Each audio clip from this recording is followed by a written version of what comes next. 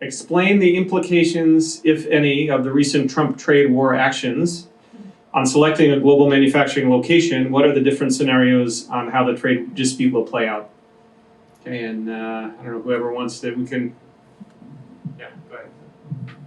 So I'll deal with the last question, which is I'll start with actually how I think it will play out, because we talked about how this will go. I would have thought about 3-4 months ago that this was one big game of chicken and that everybody was going to back off and it wouldn't go in place. You know, I look at the 10% tariffs that are in place on the vast majority of items, and I think most companies feel they can survive that.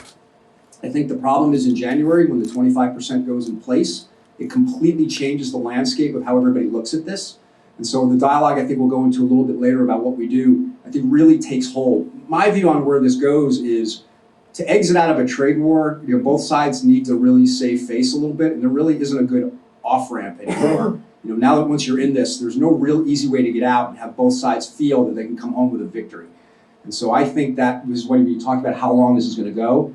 I think with the off-ramp being very complicated, it's going to go on for a while. And one other item is what's happening around this is, it used to be that you had all of these transcontinental trade agreements happening now. That used to be what happened before. Now what's happening instead, which is why you have to pay attention, is you have a lot of what they call bilateral agreements. So everything is moving to, you know, U.S. is now negotiating with one country at a time. And if you think about how that grows over time, it really does create a very complicated trade structure. When you don't have one agreement that everybody can reach into, like a NAFTA, you now have a one on one on one on one. So complexity-wise, I think it's going to be really, really difficult. Any comments about selecting manufacturing?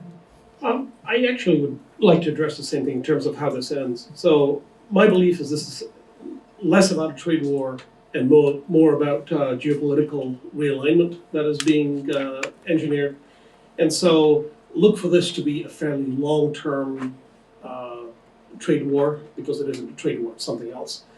So look at this as a fairly long-term realignment. My advice to anybody is plan for the long term.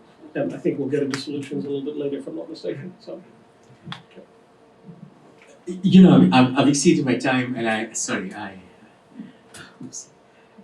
just want to say one point that I recently met a senior official from the Obama administration, and he said, don't expect that even if Democrats win the next elections, that things are going to change, because he said if there's one thing that kind of the Democrats and the Republicans in Congress have in common is, you know, beating up on China. So that's pretty scary. So.